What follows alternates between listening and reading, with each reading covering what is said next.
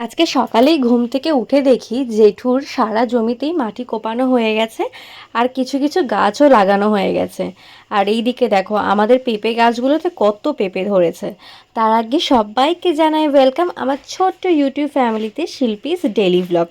দেখো আমার মাম্মামের কাণ্ড, এখন থেকে জিনিস ভাঙা শুরু করে দিয়েছে। ওর হাতের কাছে এই কাপটা ছিল, সেটাকে ফেলে ভেঙেই দিয়েছে। হোক, আজকে তো বৃহস্পতিবার, নিরামিষ রান্না করেছি, উচ্ছে আলু ভাজা, পটল আলুর তরকারি আর সয়াবিনের ঝোল। তারপরে সবাই খাওয়া দাওয়া করে ছাদে আসলাম একটু রোদ পোহাতে, আর সাথে কিছু ফলও নিয়ে আসলাম। আমাদের বাড়িতে জানো তো দিদা দাদু মাসি এসেছে। দিদা তো ছাদের উপরে কাঁথা সেলাই করছে, তাই সবাই মিলে দিদার কাছে চলে আসলাম ভূতের গল্প শুনতে।